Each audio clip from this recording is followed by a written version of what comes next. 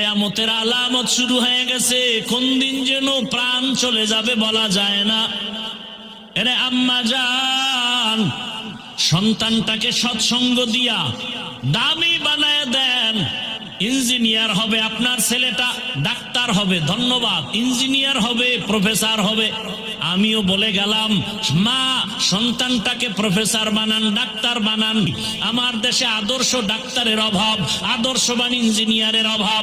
আমি হয় হাদিসে পাকে নবী বলেন, কিয়ামতের ময়দানে মানুষ উলঙ্গ দাঁড়ায় যাবে, নারী পুরুষ উলঙ্গ, সূর্যের গরম, জমিনটা তামা, জাহান্নামের চিৎকার। এমন কঠিন দিন, একটা কুকুর আল্লাহর জান্নাতে যাবে। কুকুর জান্নাতে গেলেও কি না গেলেও কি, আল্লাহ বুঝায় ভালোর সাথে থাকলেই ভালো হওয়া যায়, সম্মান পাওয়া যায়। আর 7টা যুবকের ঘটনা সূরা কাহাফের মধ্যে আছে। আল্লাহর ওলি ওরা হিজরত করে ঈমান বাঁচাবার জন্য প্রতিমধ্যে একটা পাহাড়ের গর্তে আশ্রয় নিল। কুকুর আইসা পথ দেখায় আশ্রয় দিল, কুকুর পাহারা দিল। এমন দাম হয়ে গেল, কিয়ামতের দিন আল্লাহর নবী কয়, এই কুকুরটা জান্নাতে যাবে। মানুষের বুঝাবার জন্য দেখ, ভালোর সাথে থাকলে সম্মান বেড়ে যায়। একটা কুকুরের সম্মান যদি বাড়ে, মানুষ তোমারটা কেন বাড়বে না? ও যুবক বাবা, তোমার লাইনের মানুষ, আমি কিন্তু হুজুর হতে বলি নাই। আমি বলি না তুমি স্কুল ছেড়ে মাদ্রাসায় যাও, আমার মতো হুজুর হও না।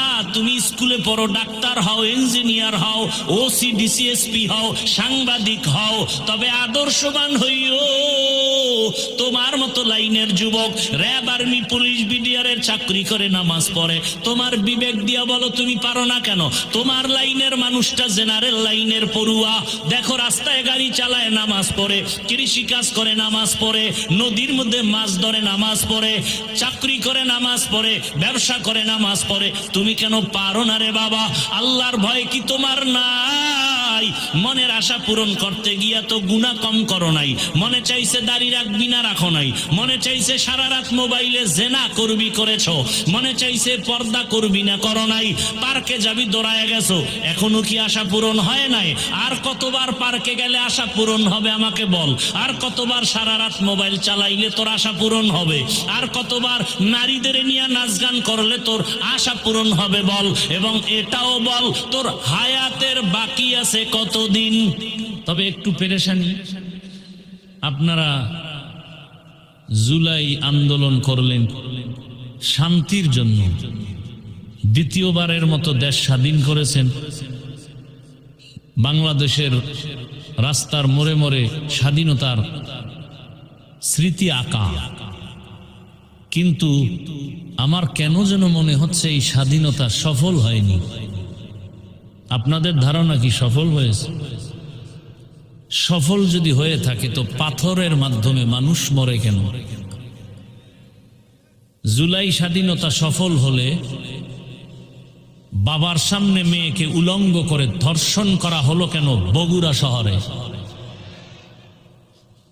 জুলাই স্বাধীনতা সফল হলে স্বামীর সামনে স্ত্রীকে উলঙ্গ করে ধর্ষণ করা হলো কেন ভোলাতে? ব্যবসায়ী কেন নিরাপত্তা পাচ্ছে না? চান্দাবাজার ধান্দাবাজের উপদ্রব কেন? বোঝা গেল এই স্বাধীন সফল নয়। প্রস্তুতি নিতে হবে, কাফন কিনে রেডি হতে হবে। নতুন এক সফল স্বাধীনতার জন্য আমরা আবার ময়দানে আসতে হবে, এবং সেই স্বাধীন হবে সফল স্বাধীন, চূড়ান্ত সফল। আর সে স্বাধীন হবে ইসলামের স্বাধীন। কিসের স্বাধীন? কারণ এই পৃথিবীতে আপনি ইসলাম মানেন বা না মানেন, শান্তির একমাত্র ঠিকানার নাম ইসলাম।